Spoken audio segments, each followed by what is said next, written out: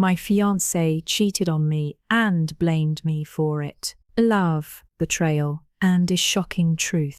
The bride who cheated on me tried to convince me that I was to blame for her affair, but I didn't put up with it. I just turned around and left. I'll start from the beginning. Yesterday, the bride and I were at the venue of our wedding, which is scheduled to take place in 4 months, to discuss the latest details with the staff. We arrived there separately, as she went straight from work. At the end of the meeting, the bride said that her friend had rented a car and now she needed a ride home. She asked if I minded. I agreed without thinking much of it, because the wedding venue was not far from our house and I knew her friend well. After returning home, I tried to call the bride for the next 3 hours, but to no avail. At about 1:30 a.m., I texted her friend to find out if they were okay and if the bride had reached her. I was very worried. In the end, the bride returned home and said, "I'm sorry, it took longer than I thought. A friend decided to stay late with friends, and I had to wait for her."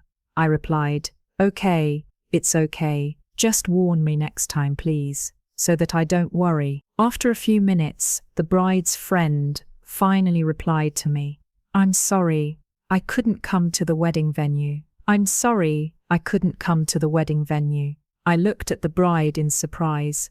"Didn't you see your friend tonight? Why does she say otherwise?" I asked, wondering why she had deceived me. The bride replied, "I do not know. I cannot control what my friends say," and then left the room. At that moment, I felt a serious suspicion. I've never done this before, but I looked at her phone anyway. Yes, I did it, and I don't regret it a bit. I saw that, as soon as the bride returned home, she immediately called the very friend who wrote to me after her arrival. In addition, I noticed an hour-long conversation with an unknown number. On the way to the wedding venue, I asked the bride about which company her friend rented a car from, and asked a few more questions. She answered quickly, and everything sounded quite plausible.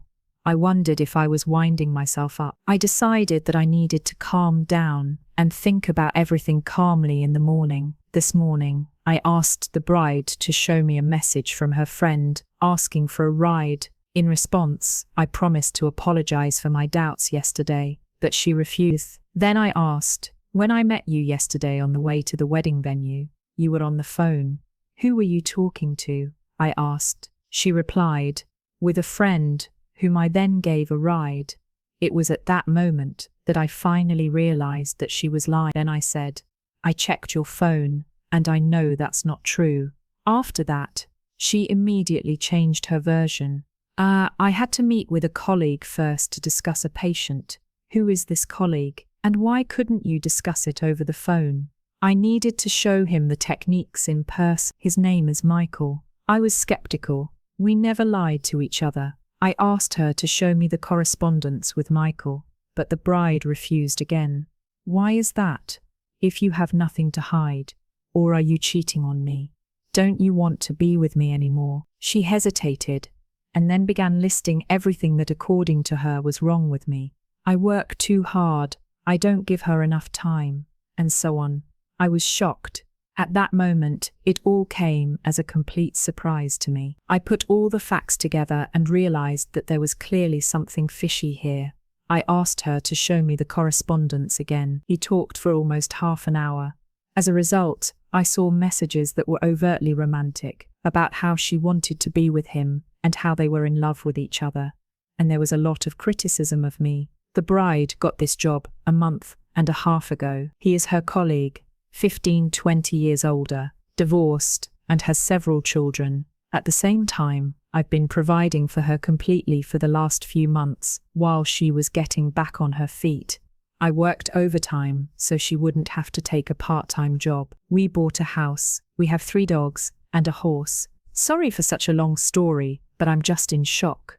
I never expected this, and our wedding was only 4 months away. Any advice would be very helpful. So I suggest you pause this video right now and write your opinion to the author. The first update. Tonight, I finally managed to discuss everything that happened with my fiancée. She immediately started blaming me for everything, trying to justify her behavior with my communication problems and the fact that I allegedly did not listen to her. She stated that she would never have started communicating with this man if I hadn't spent so much time at work and paid more attention to her. I tried to explain that I was working overtime to provide for us while she was having difficulties, and so that she wouldn't have to look for a part-time job. To this, she replied that she would prefer to take a part-time job, which, to be honest, didn't make any sense to me at all. She was sure that since her infatuation had only lasted a week, and according to her, they had only kissed once, we could get over it. But when I reminded her about the correspondence where she humiliated me and discussed explicit topics with him, she immediately evaded the answer. In the end, our conversation didn't lead to anything. I explained to the bride that I did not consider myself guilty in this situation. She had gone too far and should have either discussed everything with me or at least thought about the consequence. Now I can no longer trust her,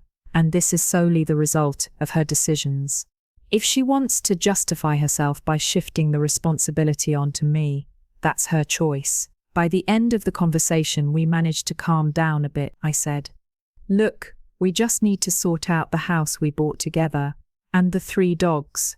We came to the conclusion that either I stay and buy out her share, or we sell the house and move away. As for the dogs, we agreed like this: one of us gets 1, the other gets 2. That's all for now, but I'll keep you posted. I wonder what you would do with a house in such a situation. From a financial point of view, I can afford to keep it, but it's a 280 square meter house, plus 2 hectares of land, which we acquired mainly for her horse. She's taking the horse and will keep it in the stable. Update 2 Bay. Day 3, we had a 3-hour conversation tonight. We discussed our relationship and the reasons that led to this situation. She began by listing my mistakes: lack of communication, too much work, constant distraction on the phone. I don't deny any of these points. My motivation for working so hard was to provide for our family. I have an additional e-commerce business. I do customer support myself, and deals are done around the clock, so I'm literally always at work. Of course, I should have been more in control of the time I spend on my phone and put off answering until the next day. We both had communication problems, and a prime example of this was that I didn't even know that something was wrong with her. She said she was afraid I would get upset if she brought it up, but she didn't even give me a chance to fix anything. I'm not perfect, and sometimes she saw my words or actions as rude. For example, a week or 2 ago, I tried to help her with her budget and finances to come up with a plan that could help her become more independent. I work in the financial sector and regularly do this for clients. One day she mentioned that she owed me, I think, $1 and would pay it back from her salary. I replied something like, "It seems that the amount is a little more. Let's look at the transfers to our common account." As a result, it turned out that the amount exceeded $5. I didn't want to hurt her feelings, but just to show her how much I contribute to our budget. She took it as an attempt to shame her. Perhaps I chose the wrong moment for this conversation. She said that I had become too fixated on finances, but my goal was just to get them in order, because we were going to have serious expenses for the wedding, and I tried to calculate everything. It really bothers me that she's trying to justify her actions by blaming everything on my flaws. She constantly repeats that she is shocked by how easily I'm ready to leave our 7 years of relationship. And every time I have to remind myself, it wasn't me who destroyed this relationship. It happened because of her actions. She also said that I was too quick to tell other people about what had happened, although in her opinion we could figure it out together. She also said that she wouldn't have had to look for outside communication if I had been a more attentive listener and conversationalist. I finally figured out how far things had gone. Judging by the correspondence, he and his colleague started communicating 1 or 2 weeks ago. Their contact was limited to messages, except for conversations at work. He invited her to the park to play basketball and talk. She agreed, and eventually they kissed. I really believe that this has not gone further yet, but it would be inevitable in the near future. She claims of course, that there's nothing serious between them. She went out again tonight, and I have no idea where she is. Most likely, she spends time either with him or with a friend. Living under the same roof is extremely awkward now, but I hope that the situation will be resolved soon. I think she wants me to give her a chance and try to rebuild the relationship, but I'm not sure I'll ever be able to trust her again. Obviously, the easiest option is to forgive and try to start all over again. But I understand that in that case, I would not be truly happy. Realizing the root causes helped me recover a little. This will allow you to work on yourself, correct mistakes in communication, and look at the situation from the other side. Today, I started going to the gym, and I also plan to resume my preparation for obtaining a CFP qualification in financial planning.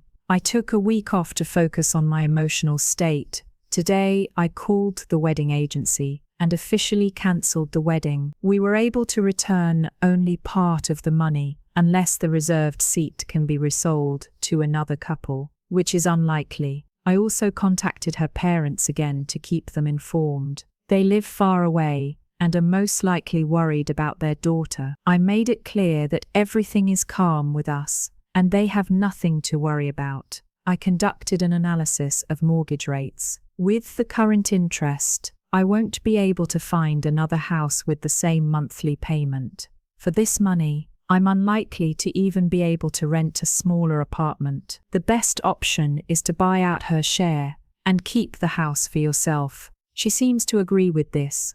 We will invite an appraiser to determine the value of the house and its shares, and then I will decide how realistic this is for me. Questions for you. Has your opinion of the situation changed after the new details? Am I handling this properly? What would you do differently? Update 3. It's been almost a month since the beginning of this whole story. It was a very difficult, emotional, and eventful period. I'm not going to lie. In the first few days after the incident, I looked pathetic. I literally begged her to come back, clinging to the past. It's not pleasant to admit it, but it was. And it's just part of the breakup process. Being in such a vulnerable state, I tried to do everything right, fix the situation, but nothing helped. At one point, she bluntly said that she was faced with a choice, me or him. And according to her, she made the right choice by choosing him. I think it was then that I finally realized how much I had let my self-esteem sink. I needed to take a step back and focus on myself and my interests. After 7 years of taking care of another person, it was difficult to switch to myself, but that's exactly what I've been doing ever since. I transferred our joint savings to my personal account, calculated which part belongs to me, and returned the remaining amount to the common account so that she could take hers.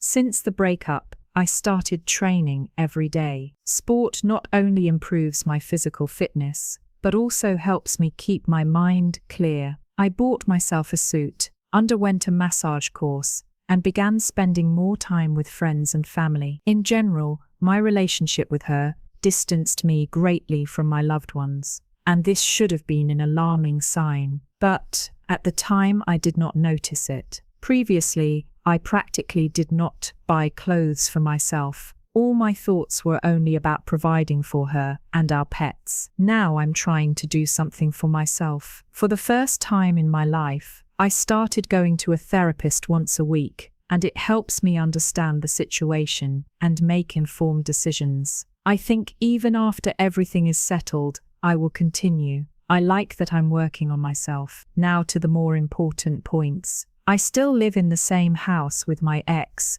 but now she sees the guest bedroom. We hardly talk, only when necessary, for example. Did you feed the dogs? I find her actions unacceptable, but no matter what, she is convinced that I am the only one to blame. Blaming a partner for a lack of communication, and then using that as an excuse not to discuss problems and act the way she did, is hypocrisy. She lives in her own fictional world, and I stopped trying to convince her of something because it's useless. I have already started the process of selling the house. I found an agent, agreed on the price, But then she suddenly asked me to consult with 2 more agents, one of whom was recommended by her friend. Of course, I made all the necessary calls, made appointments, and discussed the terms. It was always like this in our relationship. I organized everything, and she just pointed out what else I needed to do. It seemed unfair, but I agreed, just to finish everything faster. In the end,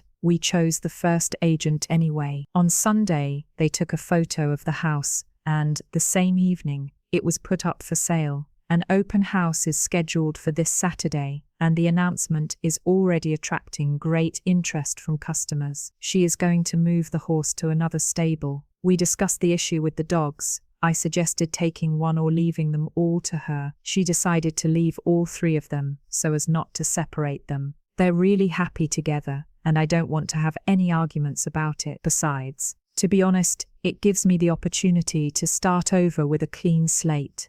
A week ago, I met a girl with whom I started spending a lot of time. I don't have high expectations, but I just enjoy talking to her. She's been through a similar situation in the past and is helping me cope. It is very unusual to talk to a kind, attentive, and confident woman. It made me realize how self-centered, dependent, and manipulative my ex was. I had to listen to the warnings of family and friends.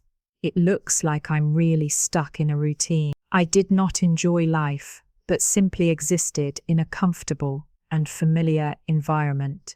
Nice house, large territory, wonderful animals. I didn't want to disrupt the stability, so I continued to move by inertia. Some might say it was a lost 7 years, but I take this experience as an important lesson. I will no longer ignore the alarms in the relationship. I won't let myself be dragged into a comfort trap. Now I will keep in touch with my family and friends and not sacrifice it for the sake of a relationship. Many thanks to each of you who left a comment on my posts. I wrote it because I didn't know what to do. Anyone who has taken the time to support a stranger on the internet is an incredible person. I've read all the comments. Now I'm looking forward to the next chapter of my life, wherever it takes me. Thank you from the bottom of my heart. The 4th update. It's been a while since the last update. It's hard to believe that all this happened more than 4 months ago. Now, looking back, I realize that time really helps.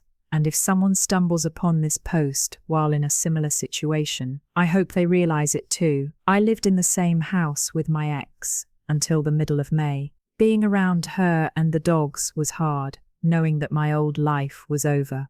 We've become just neighbors who can't stand each other.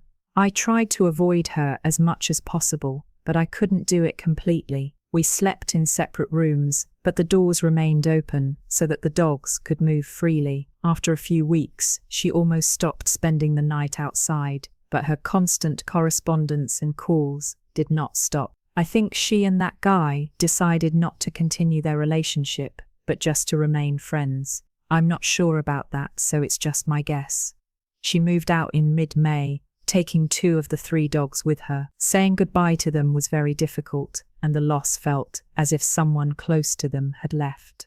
In the last month of my life in that house, I met my ex and the dogs in the park several times. They were happy to see me, but I noticed that they were already used to their new life, and that calmed me down a little. We only talked about how they adapt. She moved into an old house in a poor neighborhood. There was a courtyard, but without a fence, and she planned to complete it. All this time, I went to the gym every day and focused on growing my business. I understood that the costs would increase, and I wanted to prepare. Between March and June 15, when I finally moved out, my business brought in a 6-figure sum. I didn't make any major purchases, which allowed me to save a decent amount in addition to the money from the sale of the house. Thanks to this, I was able to easily afford a nice house in a quiet area with a spacious yard for the dog that stayed with me. The sale of the old house was easy, but the purchase of a new one was not easy. Fortunately, the buyers of my house allowed me to rent it for another month while I was looking for a new home. I submitted 5 offers for different houses, and only the last one was accepted at the end of May. It was hard to live in the old house after her ex left, because it was full of memories,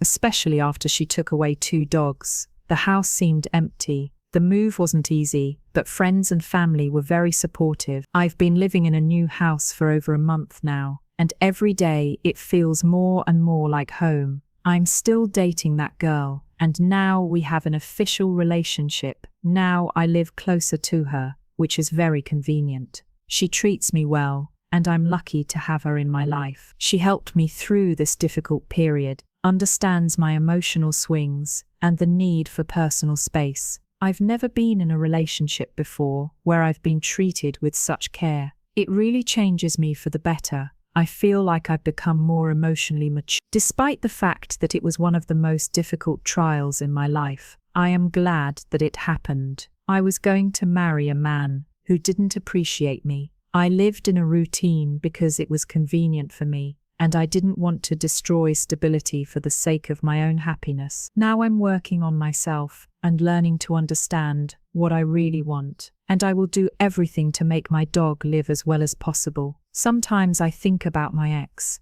I remember both good and bad moments, but my psychologist helped me realize that, most likely, I would never hear an apology from her. She's too proud to admit her mistakes. We don't talk much. I have no plans to date her or the other 2 dogs again. I decided that it would be better for everyone. If you have any questions, write in the comments and I will answer. But for me, this story is over, and I won't be writing any more posts.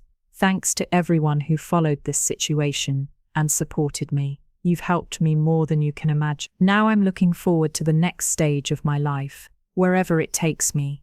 Thanks. Well, that's the end of the story. Write in the comments what you think of her. Personally, I think that the accusations from his fiancée may have been well founded, but nevertheless, this does not justify her action.